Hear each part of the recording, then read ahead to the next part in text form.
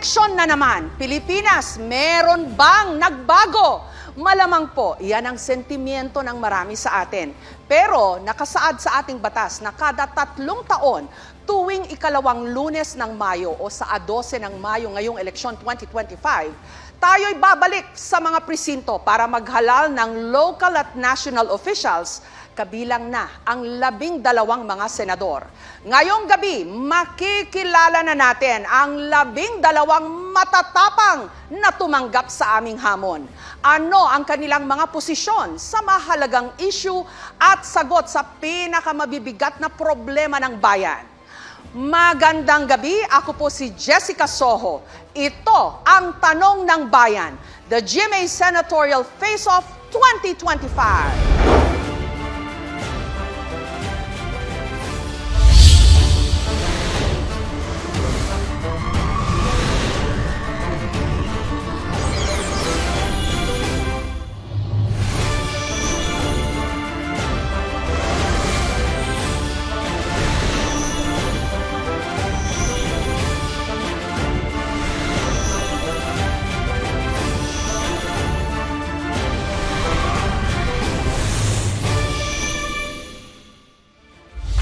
Mahigit 6 na po ang official candidate sa pagka-senador. Mahigit 30 po sa mga yan ang inimbitahan namin base sa kung sino-sino ang mga nanguna sa pinakahuling SWS at Pulse Asia surveys. Ito po ang listahan ng mga kandidatong tumanggi, umatras at hindi tumugon sa aming imbitasyon. May kandidato ring hindi pinayagan ng korte na magbigay ng panayam. At narito na po ang 12 mga kandidato na tumanggap sa hamon at ipapakilala po namin sila base sa nabunot nilang pagkakasunod-sunod. Bawat isa sa kanila may 20 seconds para sumagot para sa panimulang tanong. Makakasama natin ngayong gabi, Valenzuela Representative Eric Martinez, Independent. Congressman Martinez, ang tanong ng bayan, matatapos na po ang pangatlong termino nyo bilang kongresista. Bakit ang puntiryahu nyo ngayon ay pagka-senador? You have 20 seconds. Eric Morales Martinez, mula sa lungsod ng Valenzuela, nagsimula ng paglilingkod bilang choir at pianista sa simbahan, isang Katoliko. SK Kagawad, Barangay Kagawad, Konsehal ng Bayan, Vice Mayor at Congressman. Legislatura, 33 years of experience. Ang trabahong senador ay paggawa ng batas. Susunod, Attorney Jimmy Bondoc ng PDP Laban. Attorney Bondoc, isa kang composer, singer at naging miyembro rin ng Board of Directors ng PAGCOR. Parang ang layo po ng nilaktaw nyo dahil gusto nyo ngayong maging senador. Bakit po? Ako po ay naniniwala sa tunay na pagbabago ng isip at ng puso. At katulad po ng pagbabago na ginawa ko sa aking buhay, gusto ko rin pong baguhin ang Senado bilang isip at puso ng bayan. Gusto ko magkaroon ng diplomasya at disiplina sa Senado, lalo na ang diplomasya na ang pagiging magalang sa pagtalakay ng mga problema ng bayan natin. Dating Party List Representative Teddy Casino ng Makabayan. Ginoong Casino, 3 beses ho kayong nahalal bilang party list representative. Pansamantala ho kayong nawala sa mata ng publiko. Ngayong nagbalik, ang gusto niya na hong puntahan, Senado. Bakit po? Ako po ay tumatakbo sa Senado dahil kailangan may aktivista sa Senado. Nakita na ho natin, puro na lang mga miyembro ng political dynasty, mga kinatawan ng mayayaman at kapangyarihan. This time po, subukan naman natin ang isang taong subok na ang pagkikipaglaban para sa interes ng masang Pilipino. Teddy Casino po, para sa inyo. Attorney Vic Rodriguez, Independent. Attorney Rodriguez, nung nagbitiw ho kayo bilang Executive Secretary, sinabi nyo na gusto nyo nang mag-focus sa inyong pamilya. Ano po ang nagtulak sa inyo ngayon na tumakbo bilang senador? Hindi ko masikmura ang korupsyon, kaya ako'y kumakandidato upang labanan ang korupsyon sa Senado, bantayan ang budget, at maging tunay at maisog na oposisyon sa Senado. Danilo Ramos ng Makabayan. Ginoong Ramos, matagal po kayong leader ng mga magsasaka at ngayon papasok sa politika.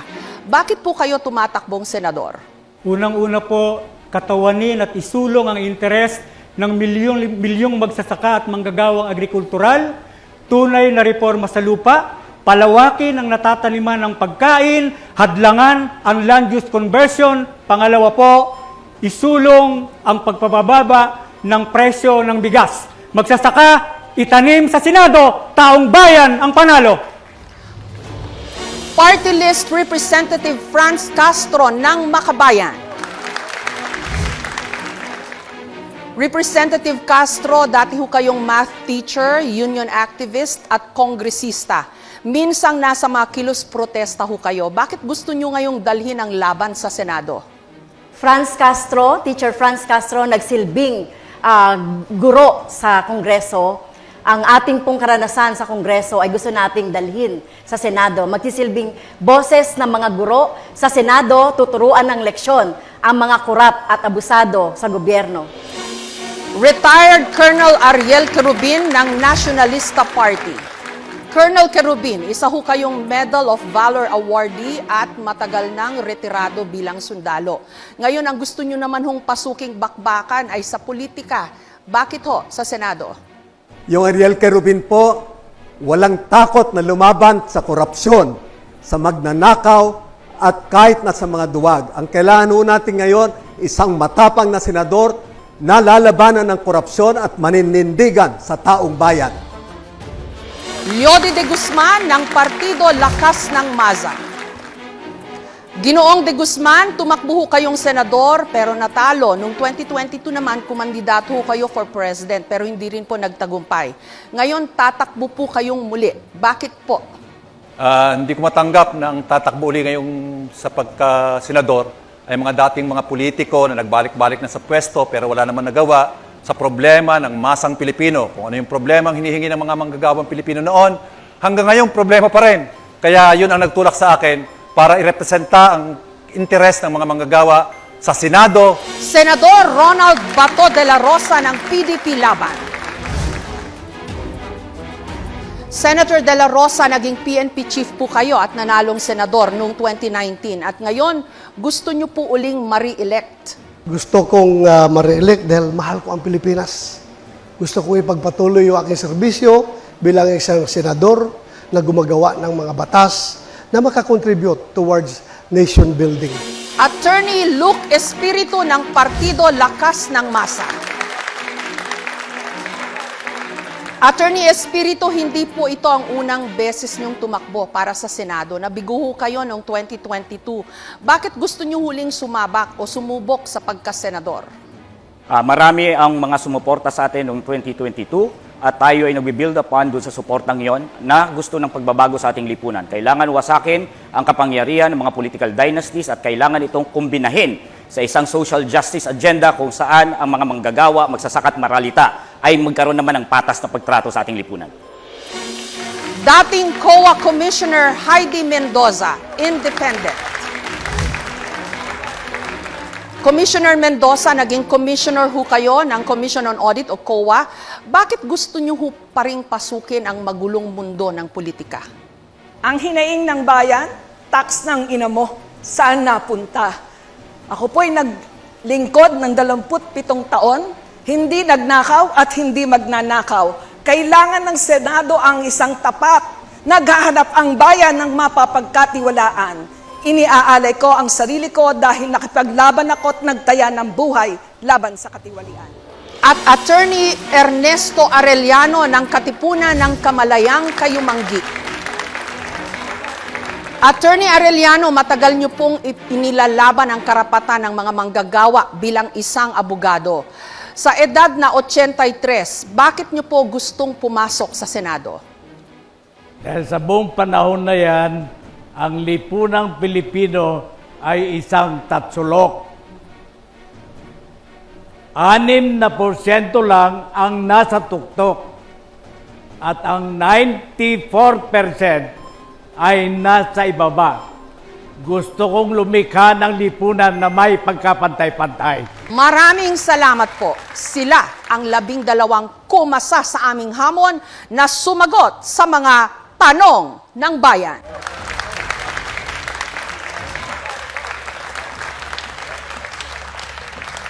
Napapakinggan po tayo sa DZBB. Napapanood pa rin po tayo worldwide sa pamamagitan ng GMA Pinoy TV at naka-live stream sa official YouTube channels at social media accounts ng GMA Public Affairs at GMA Integrated News. Napakahalaga po ng mga ganitong debate para mas makilala pa ng mga botante ang mga senatorial aspirant, lalo na ang kanilang kakayahan at paninindigan para sa mas matalinong pagboto sa eleksyon 2025. Simulan na po natin ang debate round. Sa debate round, may isang pares na magdedebate sa bawat issue. Isang pro o pabor at isang anti o hindi pabor. May 30 seconds sa magkabilang panig para ipaliwanag ang kanilang posisyon sa issue. Matapos nito, magtatanungan ng pares tungkol sa isyung pinagdedebatihan. Bawat panig may 15 seconds sa pagtanong at 30 seconds din sa pagsagot. May kapangyarihan ang moderator na magtanong ng follow-up o clarificatory questions. Pasasagutin din ang kandidatong nabanggit ng sinumang kandidato. Sa huling 5 segundo, maririnig ang tunog na ito. Kapag ubos na ang oras, isang buzzer ang tutunog. At otomatikong mamamatay ang mikropono ng nagsasalita. Ang mga aspirant haharap na sa debate. Simulan na po natin ang unang issue na pagdedebatihan. Noong 2018, nag-withdraw ng membership ang Pilipinas sa International Criminal Court o ICC na siyang naglilitis sa war crimes, genocide at crimes against humanity. May mga nagpapanukala na dapat bumalik ang Pilipinas sa ICC dahil sa di umano'y extrajudicial killings o EJ case. Pero sabi naman ng iba, ang pagbabalik dito ay banta sa soberanya ng Pilipinas. Ang tanong ng bayan, panahon na ba para muling bumalik ang Pilipinas sa International Criminal Court o hindi? Mga kandidato, itaas nyo na po ang inyong mga boto. Yes or no?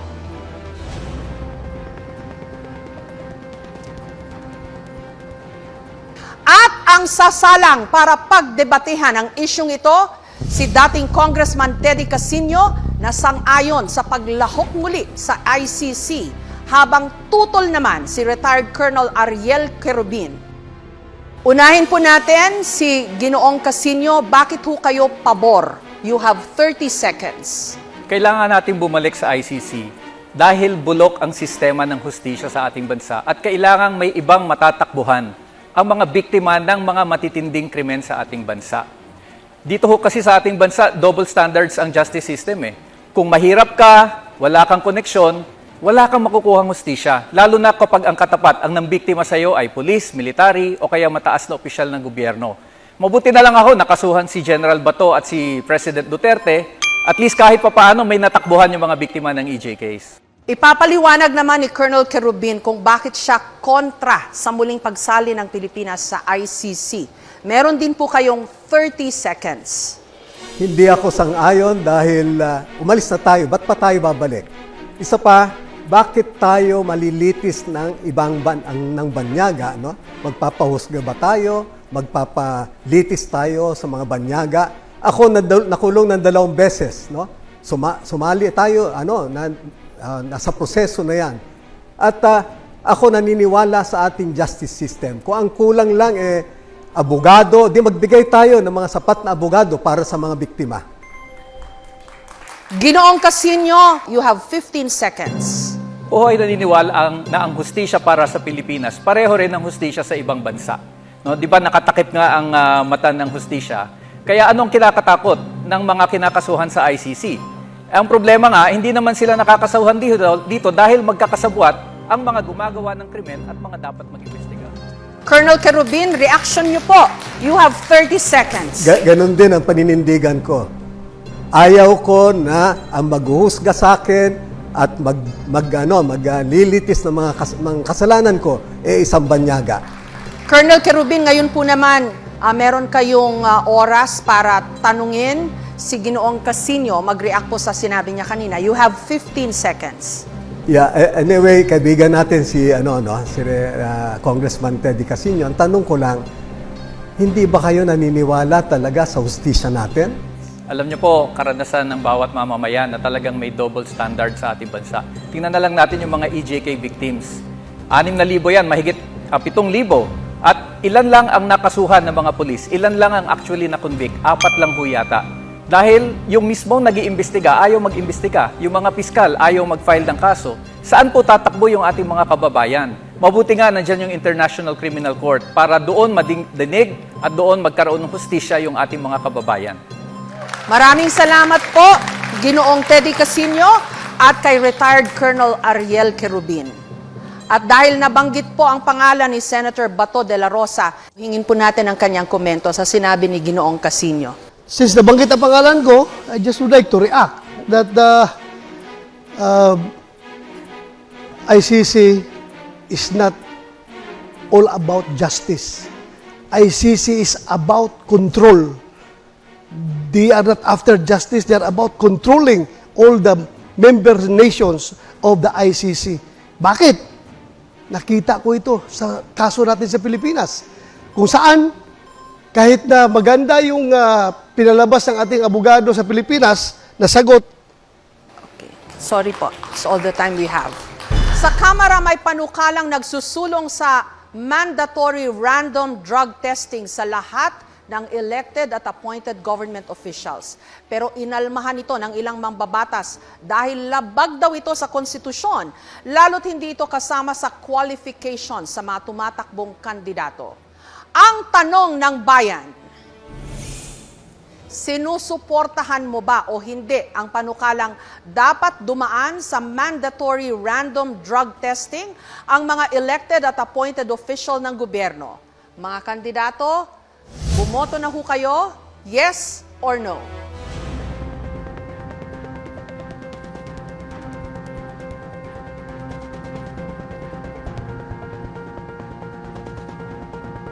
Dalawang abogado naman ang magtatapatan, sina Attorney Vic Rodriguez at Attorney Luke Espiritu. Ako po ay sang-ayon na sa mandatory drug testing sa lahat ng elected and appointed officials sa gobyerno bilang pagtugon sa Article 11, Section 1 of our Constitution that public office is a public trust at dapat lahat ay may accountable sa ating mamamayang Pilipino. Kulang pa po yung oras nyo, baka may gusto pa ho kayong sabihin. At yun nga po aking isinususog din yung Dangerous Drugs Board Resolution number 13 series of 2018 na nagpapahintulot na i-undergo sa drug test ang mga elected officials. Okay, pakinggan po naman natin ang posisyon ni Attorney Luke Espiritu. Ang pagsugpo sa droga, hindi yan magic formula para sulbahin ang lahat ng kabulukan sa gobyerno. And dyan na naman tayo, ginagamit na naman natin ang droga bilang pinagkakasya natin ang problema ng buong bayan na yan ang magiging problema. Yan ay tukhang mentality ni Duterte. Kaya yan lumalabas dahil aminin na natin, nagbabanggaan si Marcos at si Duterte pinaparatangan niya si Marcos na bangag. Kaya meron tayong mga mandatory drug testing na ganyan. Sawang-sawa na ang taong bayan sa bangayan ng Marcos at Duterte. Pag-usapan nyo yung tunay na issue sa kahirapan, hindi yung mga droga-droga na yan. May sagot ho ba kayo doon? Kinakailangan malinaw sa atin. Bakit ang mga security guard bago ma-hire sa trabaho, kinakailangan sumailalim sa drug testing? Ang pagiging opisyal ng gobyerno, ikaw ay humihipo ng pera ng mamamayang Pilipino. Higit na mataas dapat ang standard natin sa mga naglilingkod sa gobyerno. Attorney Espiritu? Bakit hindi tayo magkaroon ng competency test, integrity test, honesty test, at mahigit sa lahat, pro-masa test? Dahil yun ang mas importanteng mga issue sa ating bansa. Yan ba yung bangayan ni Marcos at ni Duterte? Yan ba may kinalaman yan sa sahod na hindi nakabubuhay ngayon? Yan ba may kinalaman sa kontraktualisasyon na nagpapahirap sa ating mga manggagawa? Yan ba may kinalaman sa kahirapan? Yan ba may kinalaman sa presyo ng mga bilihin? At yan ang mga nararamdaman ng taong bayan sa ngayon, hindi yung bangayang Marcos at Duterte.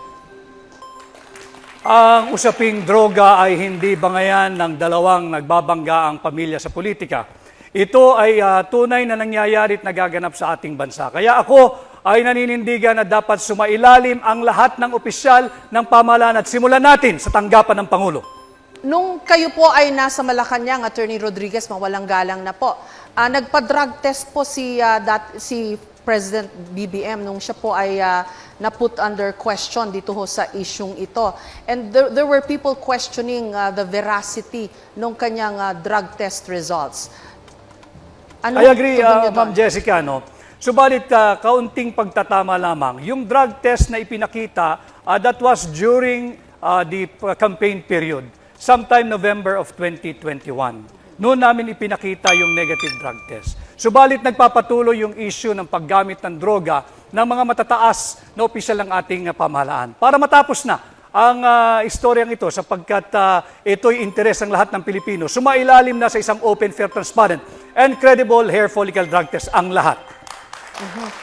Yung bang drug test po ni President BBM noon, hindi po hair follicle test yon? Hindi ito hair follicle test. Okay, now you want him to undergo that test. Para matapos na yung usapin kung sino ba talaga ang gumagamit ng droga. Kinakailangan pagbigyan natin, again, ulitin ko, public office is a public trust. Malinaw yan sa ating saligang batas, Article 11, Section 1. At karapatan ng bawat Pilipino, lalo na ng mga kabataan, malaman kung tayo ba'y pinamumunuan ng isang taong may tamang pag-iisip. Gusto niyo po mag-react doon, Atty. Espiritu? Si Attorney Vic ang proof kung bakit ang droga ay may kinalaman sa bangayang Marcos at Duterte. Noong panahon na siya ay pro-Marcos, siya ay drug test ang kanyang pinapanlandakan na negative si Marcos. Ngayon na siya ay pro-Duterte, gusto niya ngayon i-testing si Marcos ng hair follicle test. At gusto niya ngayon nag-drug testing.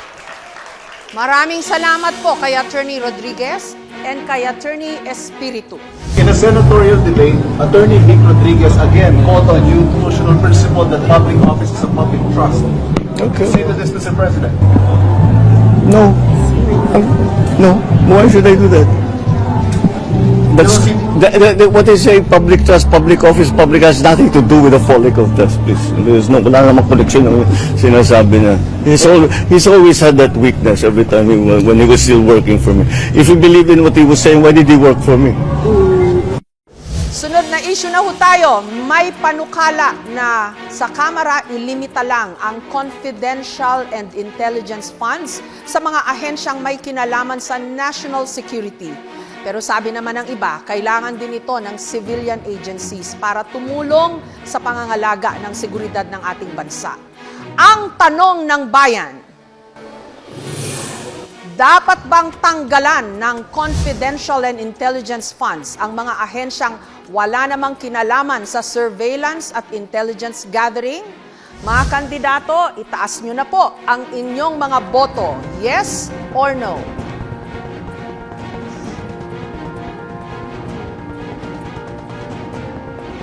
At para pagdebatehan ang issue, pabor si dating COA Commissioner Heidi Mendoza at kontra naman si Attorney Jimmy Bondoc. Alamin natin kung bakit pabor si dating COA Commissioner Heidi Mendoza. You have 30 seconds po. Mga minamahal kong kababayan, napakinggan natin at napanood ang talakayan sa Kongreso kung paano ginamit ang intelligence funds. Rumampa si Mary Grace at 125 million inubos sa 11 araw. Sa gitna ng kahirapan, tumataas na gasolina, nagugutom at hindi nakakapasok ang mga dapat nasa eskwela. Bakit natin bibigyan ng confi funds ang mga ahensyang walang direct na mandato sa national security? Attorney Bondoc, you have 30 seconds naman po to explain your position or your vote. Ang sagot ko po dito ay hindi agad-agad. Nagkakaisa po tayo na talagang dapat labanan ng korupsyon.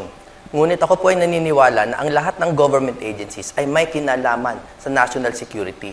Ang national security po ay hindi lang terorismo, komunismo, kundi kuminsan internal threats sa ahensya at sa mga empleyado nito.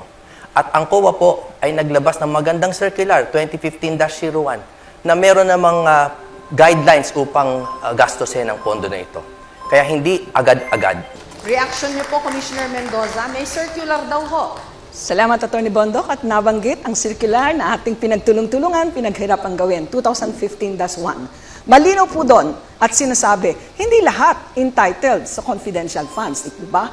Ay kung ikaw ay Department of Education, ayun ba naman nagawa na ng ibang sekretary na walang confi? Eh bakit ngayon meron? Attorney Bondoc, ang inyong tugon, you have 30 seconds. Ang tanong ko lang po, kay kagalang-galang po na Ma'am Heidi, ang bukod po sa Intel funds, meron pa po sa inyong karanasan ng mga pondo na inaabuso ng mga ahensya? At kung meron po, dapat din po bang tanggalin ang lahat ng pondo na ito? Attorney or Bondok, dahil hindi po inaabuso? ito issue ng type of funds. Ito po ay issue ng type of audit. Iba po ang audit ng confidential funds dahil ito nga po ay cash advance at hindi po nakikita ang mga supporting documents. Maaari po ba ako mag-respond? Kasi ay, palagay ko oras ko pa po yun at naputo lang po. Opo. Sige po. Ako po kasi ay naniniwala sa proseso at napakaganda po ng guidelines ninyo. Ang pinagkaiba lang po ng ating paniniwala ay naniniwala ako na ang gobyerno ay nasa linya ng kaayusan at kaguluhan. Kaya ang lahat po ng ahensya kahit papano ay may kinalaman sa national security. Lalo po akong gumagalang at naniniwala sa proseso. Bilang isang auditor na may 27 years na karanasan, ang audit po is about process and compliance with laws, rules, and regulation. Public funds is about transparency and accountability. Subalit hindi ako nag-agree na lahat ay may relasyon sa national security. Graduate po ako ng National Defense, medyo po napag-aralan namin yan, at tatayo po ako na kailangan pag-aralan sino ang entitled sa confidential intelligence funds. Maraming salamat sa dating COA Commissioner Mendoza at kay Attorney Bondok. Binuo ang Presidential Commission on Good Government o PCGG noong 1986 para bawiin o i-recover ang mga napatunayang ill-gotten wealth ng pamilya Marcos noong panahon ng martial law. Pero ngayon, may mga panukala na i-abolish ang ahensya at ilipat na lang ang powers nito sa Office of the Solicitor General. Pero may mga tutol sa panukalang ito. Ang tanong ng bayan, sang-ayon ba kayo o hindi sa abolition ng PCGG? Bumoto na po kayo mga kandidato, itaas po ang yes or no.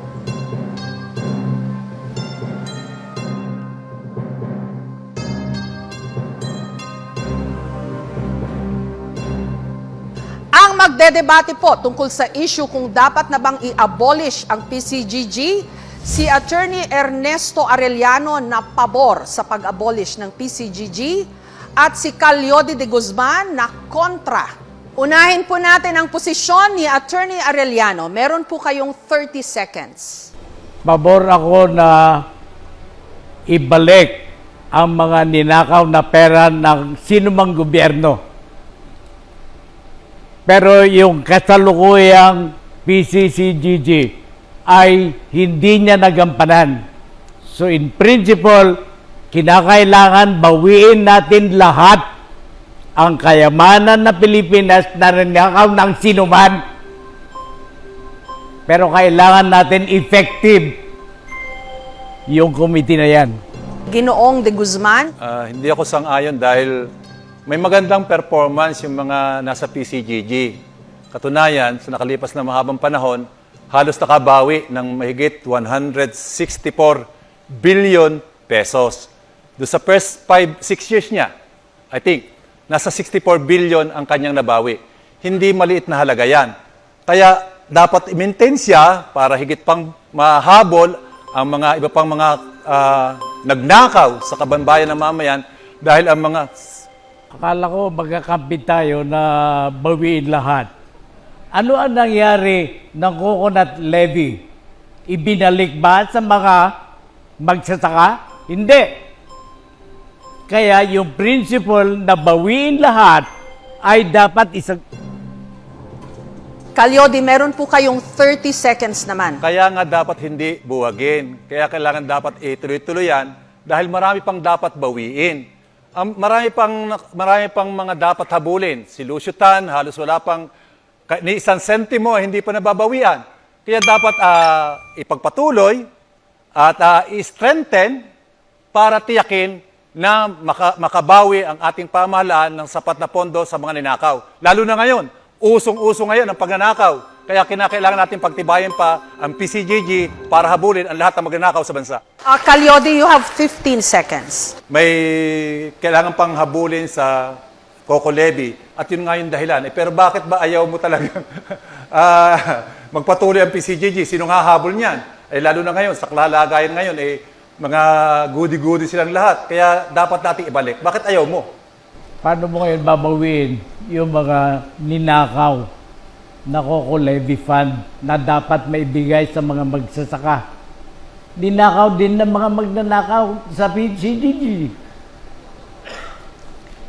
So kaya, lumikha tayo ng iba, paraan. Maraming salamat kay Calyodi de Guzman at kay Attorney Ernesto Arellano.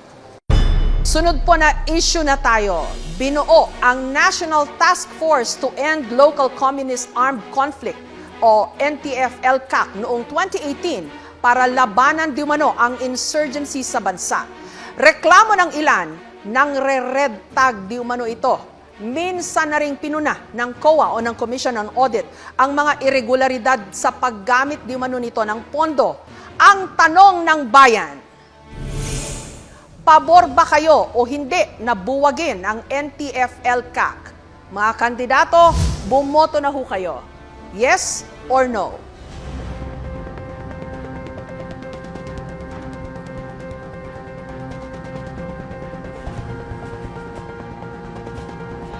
Ang pares nasasalang si Danilo Ramos na pabor sa panukala. Kontra naman si Representative Eric Martinez. Unahin po natin kung bakit pabor si Ginoong Ramos. You have 30 seconds po. Dapat buwagin ng NTF-ELCAC dahil number 1, human rights violator. Pangalawa, ang mamamayang ipinaglalaban ang kanilang karapatan at kabutihan ay tinatagoreang terorista. Katulad po ng inyong lingkod. 2 nakabonet, pinuntahan sa aming lugar, hinahanap ako dahil ako raw ay terorista. Kaya po dapat buwagin na, ang kinakailangan po ay igalang ang karapatang tao ng mamamayan. At ngayon naman si Representative Martinez. Ano po ang inyong posisyon? Malinaw ang mandato ng NTF-ELCAC. It's buwagin ang mga armed conflict. Malinaw ang report.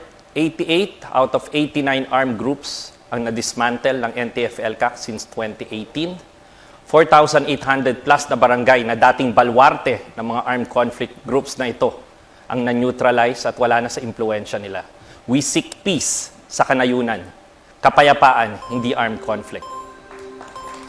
Ang accomplishment ng NTF-ELCAC ay Photoshop. Fake surrendery. Hindi po nalulutas ang problema sa kanayunan, sa halip tumitindi ang ligalig dahil sa militarisasyon sa kanayunan. I am one with you na igalang ang karapatan ng tao. Inasmuch yung red tagging should not be done indiscriminately. Ngunit mahalaga pa rin ang gampanin natin tungo sa kapayapaan. Armed conflict has no place in a society like our country.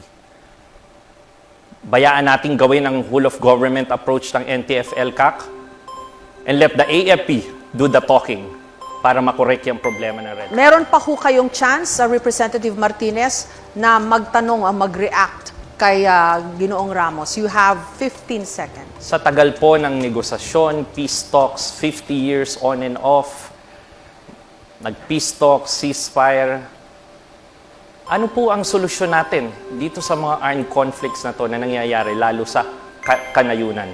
Dapat lutasin ang ugat ng armadong labanan. Solusyonan ng kahirapan sa ating bayan, hindi militarisasyon. At pinakita po yan sa mahabang panahon.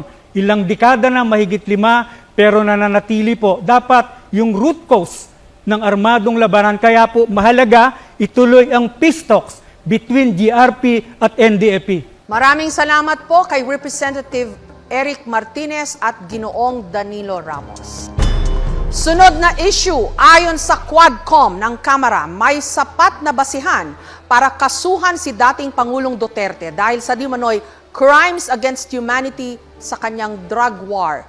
Pero sabi ng kanyang mga kaalyado, politically motivated ang rekomendasyon ng Quadcom. Ang tanong ng bayan, dapat bang sampahan ng kaso si dating Pangulong Duterte o hindi? Para sa lahat ng mga kandidato, itaas na po ninyo ang inyong mga boto, yes or no.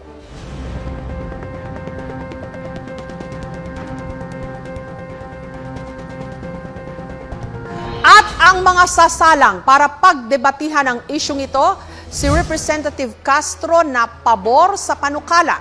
conditional naman ang tugon ni Senator De La Rosa. Dapat lang kasuhan si dating Presidente Duterte at long overdue na ito. Pati yung mga kasapakat niya at nag-utos sa pagpatay sa war on drugs. Libo-libo ang pinapatay ni Duterte pero wala pang napapanagot. Kaya kailangan talaga ng hustisya ng ating mga mamamayan.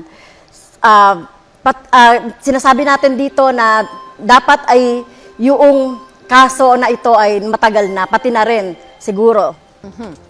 Senator De La Rosa, Ang sagot ko dyan is conditional, no? Hybrid. Pwedeng yes, pwedeng no.